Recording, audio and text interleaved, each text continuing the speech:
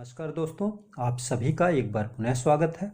दोस्तों, हम लोग भारतीय संविधान के अंतर्गत या भारतीय राज्य व्यवस्था के अंतर्गत मूल अधिकारों को पढ़ रहे हैं।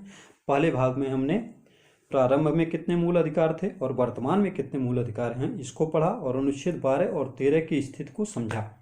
इस दूसरे भाग में मूल अधिकारों के इस दूसरे भाग में यानी दूसरे वीडियो में हम एक बार शॉर्ट में फिर ये समझ लेते हैं कि वर्तमान में कौन कौन से मूल अधिकार हमें प्राप्त हैं और उसके बाद हम एक एक मूल अधिकार का विस्तार से वर्णन करेंगे या विस्तार से समझेंगे। तो आइए देख लेते हैं दोस्तों। तो वर्तमान में कुल 6 मूल अधिकार हैं। ठीक है, जैसा कि आप जान चुके हैं कि संपत्ति का अधिकार जो एक मूल अधिकार था उसको 44वें संविधान संशोधन अधिनियम 1978 के द्वारा हटा करके अब उसे संविधान के भाग 12 में अनुच्छेद 300 क के तहत भाग 12 अनुच्छेद 300 क के तहत रख दिया गया है। अब संपत्ति का अधिकार एक वैधानिक अधिकार या संवैधानिक अधिकार है, लेकिन मूल अधिकार नहीं रह गया है। तो हमारा पहला मूल अधिकार है समता का अधिकार। इसका उल्लेख अनुच्छेद 14 से 18 में किया गया है। दूसरा स्वतंत्रता का अधिकार, इसका उल्लेख अनुच्छेद 19 से 22 में किया गया है। शोषण के विरुद्ध अधिकार, ये तीसरा मूल अधिकार है। इसका उल्लेख अनुच्छेद 23 से 24 में किया गया है। धार्मिक स्वतंत्रता का अधिकार, इस मूल अधिकार का वर्णन अनुच्छेद 25 से लेकर के 28 में किया गया है। संस्कृत व शिक्षा संबंधी अधिकार, इसका वर्णन अनुच्छेद 29 और 30 में, और संवैधानिक उपचारों का अधिकार, इस मूल अधिकार का वर्णन अनुच्छेद 32 में किया गया है। ठीक है, अनुच्छेद 32 के अंतर्गत संवैधानिक उपचारों का अधिकार। इस तरह से वर्तमान में कुल 6 मूल अधिकार हैं। इन 6 मूल अधिकारों में देखिए, समता का अधिकार 14, 15, 16, 17, 18 यानी कि कुल 5 अनुच्छेदों में। स्वतंत्रता का अधिकार 19, 20, 21, 22 4 अनुच्छेदों में। शोषण के विरुद्ध अधिकार 23, 24 2 अनुच्छेद में। धार्मिक स्वतंत्रता का अधिकार 25, 26, 27, 28 यानी कि कुल 4 अनुच्छेदों में। संस्कृत व शिक्षा संबंधी अधिकार यह 2 अनुच्छेदों में, और संवैधानिक उपचारों का अधिकार यह 1 अनुच्छेद में। यानी कि 5, 4, 2 4, 2, 1 इस तरह से आप याद कर सकते हैं यह क्रम। तो आप आसानी से इसको रिसाइट कर सकते हैं, रिकॉल कर सकते हैं जब भी आप परीक्षा भवन में बैठेंगे। तो 5, 4, 2 2 और 4, 2, 1। चलिए आगे अब हम एक एक समता का जो अधिकार है उसको विस्तार से समझते हैं। तो हमारा जो पहला मूल अधिकार है वह है समानता का अधिकार या समता का अधिकार, इक्वलिटी बिफोर लॉ। इसमें अनुच्छेद 14 से 18 में समता का अधिकार या समानता का अधिकार वर्णित है। तो सबसे पहले हम अनुच्छेद 14 को समझते हैं। अनुच्छेद 14 में जो है विधि के समक्ष समता, यह ब्रिटिश संविधान से यह अवधारणा ली गई है। विधि के समक्ष समता यानी कि कानून के समक्ष प्रत्येक व्यक्ति समान है। ठीक है, और दूसरा इसी का एक और भाग है विधियों का समान संरक्षण। यह अवधारणा अमेरिका के संविधान से ली गई है। तो दोनों जो होती है, एक तो है विधि के समक्ष समता और विधियों का समान संरक्षण। इन दोनों अनुच्छेदों को हम विस्तार से समझते हैं। जो विधि के समक्ष समता का विचार है यह ब्रिटिश मूल का है। ठीक है, और विधियों के समान संरक्षण की बात यह अमेरिका के संविधान से ली गई है। विधि के समक्ष जो समता होती है इसका नकारात्मक प्रभाव है, जबकि जो विधियों का समान संरक्षण है यह सकारात्मक है, इसका सकारात्मक प्रभाव है। ठीक है, विधियों के समान, ये देखिए विधि के समक्ष जो समता की बात है यह कहता है कि किसी व्यक्ति विशेष के पक्ष में विशेषाधिकारों की अनुपस्थिति, यानी किसी भी व्यक्ति विशेष को कोई विशेषाधिकार नहीं प्राप्त होगा। लेकिन जो विधियों का समान संरक्षण है यह क्या कहता है, यह कहता है कि विधियों द्वारा प्रदत्त विशेषाधिकारों को समान दायित्वों में समान परिस्थितियों के अंतर्गत प्रत्येक व्यक्ति के साथ समान व्यवहार किया जाएगा। समान व्यक्ति के समान विधि के अंतर्गत सभी व्यक्तियों के लिए समान नियम, यानी कि एक कानून के अंतर्गत सभी व्यक्ति के लिए समान नियम अपनाए जाएंगे और बिना भेदभाव सभी के साथ समान व्यवहार किया जाएगा। ठीक है, दोनों ही इन दोनों के द्वारा विधि, अवसर और न्याय की समानता की बात कही जाती है। तो आप शॉर्ट में इतना समझ लें कि विधि के समक्ष समता, यानी कानून के समक्ष सभी समान हैं, और विधियों का समान संरक्षण का मतलब है कि एक ही व्यवस्था के अंतर्गत, एक ही विधि के अंतर्गत प्रत्येक व्यक्ति के साथ समान व्यवहार किया जाएगा। ठीक है, चलिए अब आगे बढ़ते हैं। अनुच्छेद 15 को समझते हैं। अनुच्छेद 15 कहता है कि धर्म, मूल वंश, लिंग और जन्म स्थान के आधार पर किसी भी व्यक्ति के साथ कोई भेदभाव नहीं किया जाएगा। ठीक है, कि वह किस धर्म का है, किस धर्म का नहीं है, मूल वंश कहाँ से उसका जन्म हुआ है, उसकी लिंग क्या है, वो महिला है कि पुरुष है। ठीक है, और जन्म स्थान के आधार पर उसके साथ कोई भेदभाव नहीं किया जाना है। ठीक है, अनुच्छेद 16 जो कहता है, अब हम अनुच्छेद 16 पे पढ़ेंगे।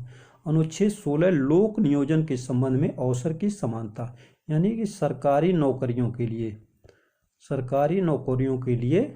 प्रत्येक व्यक्ति को योग्य माना जाएगा।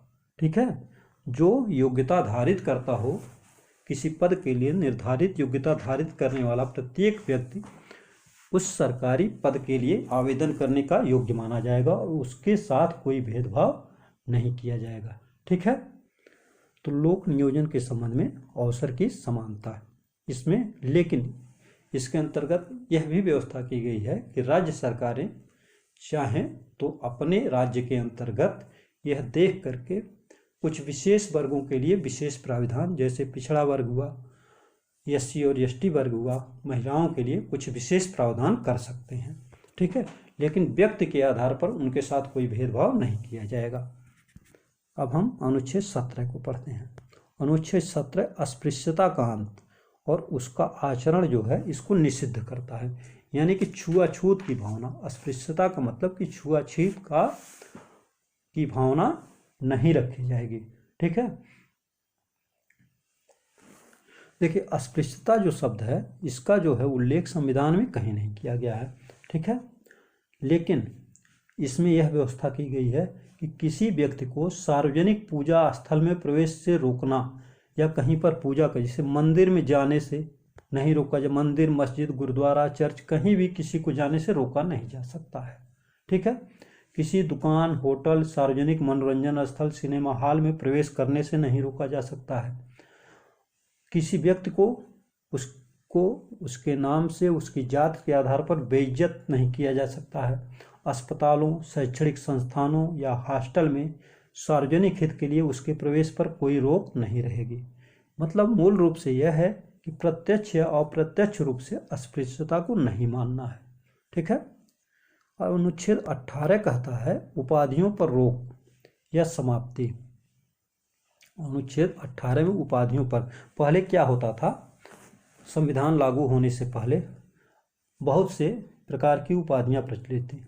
इन उपाधियों की समाप्ति का मतलब है कि सभी को समान समझा जाए, किसी को विशेष न समझा जाए, यह विशेष व्यक्ति है, यह समान है, ऐसी भावना को हतोत्साहित किया जाए। लेकिन राज्य, सेना या विद्या संबंधी सम्मान के सिवा कोई उपाधि राज्य के द्वारा प्रदान नहीं की जाएगी। कोई नागरिक विदेशी राज्य से कोई उपाधि प्राप्त करता है तो इसका भी निषेध किया गया है कि विदेश से बिना सरकार की अनुमति से कोई व्यक्ति कोई उपाधि प्राप्त नहीं करेगा। अब कौन कौन सी उपाधियों का अंत किया गया, जैसे महाराजा, राज बहादुर, राय बहादुर, राज साहब, दीवान बहादुर, इस तरह की उपाधियों का अंत कर दिया गया। लेकिन सरकार के द्वारा कुछ उपाधियां दी जा रही हैं, जैसे भारत रत्न, पद्मश्री, पद्म विभूषण और पद्म भूषण, यानी कि शिक्षा के क्षेत्र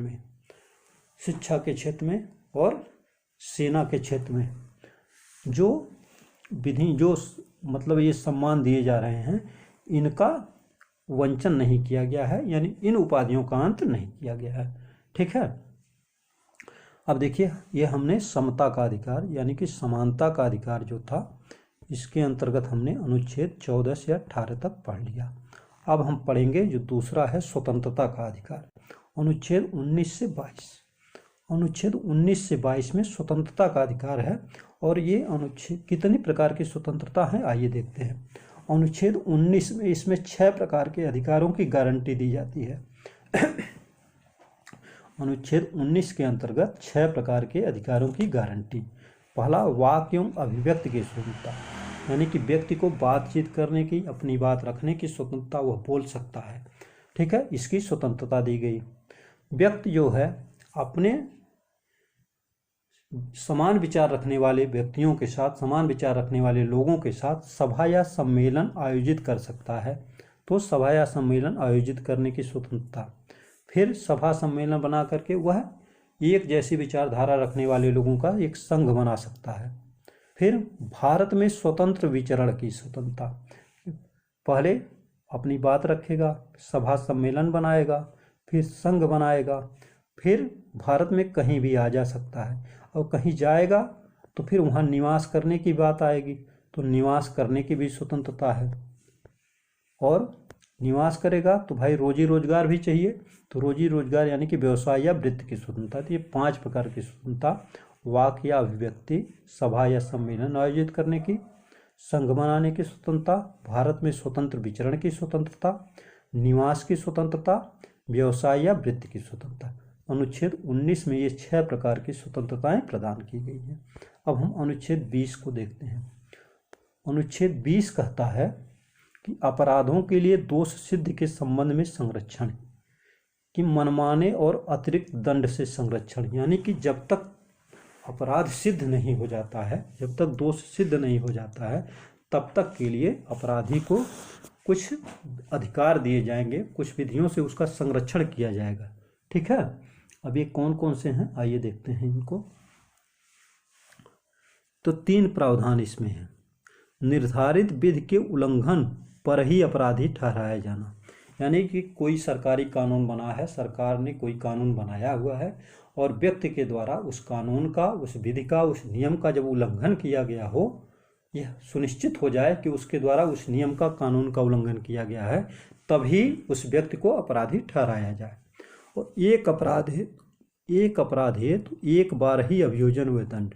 एक अपराध के लिए एक से अधिक बार न तो उसके विरुद्ध मुकदमा चलाया जा सकता है, न ही दंड दिया जा सकता है। और उसको खुद के विरुद्ध गवाही हेतु बाध्य नहीं किया जा सकता कि वह व्यक्ति मजबूर होकर के खुद के विरुद्ध ही स्वीकार कर ले कि हाँ मैंने अपराध किया है।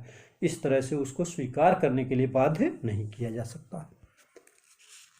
ठीक है, अनुच्छेद 21 को देखते हैं। अनुच्छेद 21 में जो है यह प्राण एवं दैहिक स्वतंत्रता का संरक्षण, प्राण एवं दैहिक स्वतंत्रता। अब प्राण एवं दैहिक स्वतंत्रता में ढेर सारी स्वतंत्रताएं आ जाती हैं। ठीक है, प्रत्येक व्यक्ति को उसके प्राण या दैहिक स्वतंत्रता से विधि द्वारा स्थापित प्रक्रिया, यानी कानून के द्वारा बनाई गई प्रक्रिया के द्वारा ही उसको उसके प्राण लिए जा सकते हैं, यानी उसकी दैहिक स्वतंत्रता का वंचन किया जा सकता है या छीना जा सकता है। और इसके अंतर्गत देखिए बहुत सारी स्वतंत्रता है, जैसे मानव प्रतिष्ठा के साथ जीने का अधिकार, यह भी अनुच्छेद 21 के तहत है। निजता का अधिकार, अभी सर्वोच्च न्यायालय ने एक व्यवस्था बनाई है, एक निर्णय में आदेश दिया है कि निजता का अधिकार जो भी है यह भी मूल अधिकार है। आश्रय का अधिकार, स्वास्थ्य का अधिकार, 14 वर्ष तक की उम्र के बच्चों को निःशुल्क शिक्षा का अधिकार, हथकड़ी लगाने के विरुद्ध अधिकार, सूचना का अधिकार, सुनवाई का अधिकार, शयन का अधिकार, विद्युत बिजली का अधिकार, ये सभी अधिकार प्राण एवं दैहिक स्वतंत्रता के मुद्दे से जुड़े हुए हैं और इनको अनुच्छेद 21 के तहत मूल अधिकार माना गया है। अनुच्छेद 21 क 1 है, यह भी मूल अधिकार है। इसके द्वारा 86वें संविधान संशोधन अधिनियम 2002 के द्वारा सन 2002 में 86वां संविधान संशोधन किया गया और उसके द्वारा 6 से 14 वर्ष के बच्चों को, 6 से 14 वर्ष के यानी कि जो प्राइमरी के कक्षा 1 से 5 और 6 से 8 तक के बच्चे इसमें आ जाते हैं, इनको निःशुल्क एवं अनिवार्य शिक्षा को मूल अधिकार बना दिया गया। इससे पहले संविधान में भाग 4 के अंतर्गत नीति निर्देशक तत्वों के अंतर्गत अनुच्छेद 45 में भी बच्चों के लिए निःशुल्क एवं अनिवार्य शिक्षा की व्यवस्था थी, लेकिन उसको मूल अधिकार नहीं बनाया गया था। और ये मूल कर्तव्य के अंतर्गत भी एक अनुच्छेद 51 को जोड़ा गया है, जिसके तहत प्रत्येक नागरिक का यह नैतिक कर्तव्य बना दिया गया है कि वह अपने 6 से 14 वर्ष तक के अपने बच्चे को शिक्षा अवश्य प्रदान कराएगा। ठीक है, इस तरह से अनुच्छेद 21 हमने पढ़ा। अब हम अनुच्छेद 22 देखते हैं। अनुच्छेद 20 में क्या था, जब हम 20 पढ़ रहे थे तो उसमें अपराध था, यानी कि अपराध करने पर व्यक्ति को गिरफ्तारी होगी, उसके विरुद्ध अभियोजन होगा और उसको दंड या सजा मिलेगी। अनुच्छेद 22 में क्या है कि कुछ दशाओं में गिरफ्तारी और निरोध से संरक्षण है। देखिए अनुच्छेद 22 में जो है ये 2 प्रकार के इसमें मामले आ जाते हैं। एक तो साधारण कानूनी मामला आता है और एक निवारक हिरासत से संबंधित मामला। ठीक है, तो पहले मामले में क्या होता है कि जब साधारण कानूनी मामले में गिरफ्तारी की जाती है किसी व्यक्ति की, तो उसको गिरफ्तारी के आधार की सूचना देनी पड़ती है, यानी उसको इसका अधिकार है कि वह गिरफ्तार करने वाले पुलिस अधिकारी से पूछ सके कि उसे किस आधार पर गिरफ्तार किया गया है, और साथ ही उसको अपनी पसंद के किसी विधि परामर्शी यानी विधि व्यवसायी या वकील कह सकते हैं, वकील से अपने पक्ष में परामर्श करने की उसको स्वतंत्रता है। और गिरफ्तार करने वाला व्यक्ति 24 घंटे में उसको मजिस्ट्रेट के समक्ष, जो नज़दीकी मजिस्ट्रेट जहाँ पर बैठता होगा उसके समक्ष उसको प्रस्तुत करने की बाध्यता रहेगी। और इसमें जो है यातायात यानी यात्रा का जो समय होगा उसको भी जोड़ा जाएगा। तो कुल मिलाकर के 24 घंटे के अंदर उसको पेश करना होगा। दूसरा जो होता है अधिकार, देखिए यह नागरिक व विदेशी दोनों को प्राप्त है। ठीक है, इसके अंतर्गत क्या होता है कि 3 माह से ज़्यादा, इसमें जो है शक के आधार पर अपराध हुआ है या नहीं, इसमें शक के आधार पर गिरफ्तारी की जाती है। यानी कि निवारक, एक गिरफ्तारी जो होती है निवारक इस आधार पर की जाती है कि अगर आपको गिरफ्तार नहीं किया जाएगा तो आपके द्वारा कोई अपराध कर दिया जाएगा। ठीक है, तो यह निवारक निरोध इसको कहा जाता है। और इसके तहत जब गिरफ्तारी की जाती है तो यह 3 माह से ज़्यादा समय तक गिरफ्तार करके नहीं रखा जा सकता। 44वें संविधान संशोधन अधिनियम 1978 के द्वारा इस 3 माह के समय को कम कर करके 2 माह कर दिया गया है। ठीक है, यह प्रश्न एक बार यूपीपीसीएस की परीक्षा में पूछा गया था। अनुच्छेद 22 के तहत निवारक निरोध के तहत गिरफ्तारी की अवधि क्या है, तो पहले 3 माह थी, लेकिन अनुच्छेद 44वें संविधान संशोधन अधिनियम 1978 के द्वारा इसको 2 माह कर दिया गया है। लेकिन अभी भी ये 3 माह तक ही रखा जा रहा है। संविधान में संशोधन करके 2 माह तो किया गया है, लेकिन अभी भी गिरफ्तार करके 3 माह तक ही रखा जाता है। और इस निरोध के आदेश के विरुद्ध जो गिरफ्तार हुआ व्यक्ति है वह प्रत्यावेदन दे सकता है। ठीक है, उसको प्रत्यावेदन देने का अधिकार है।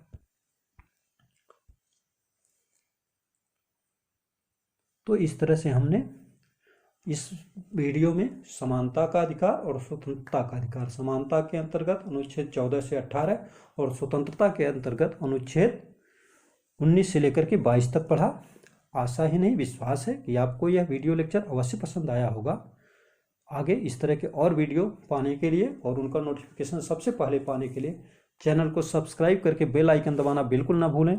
आपका दिन शुभ हो। धन्यवाद।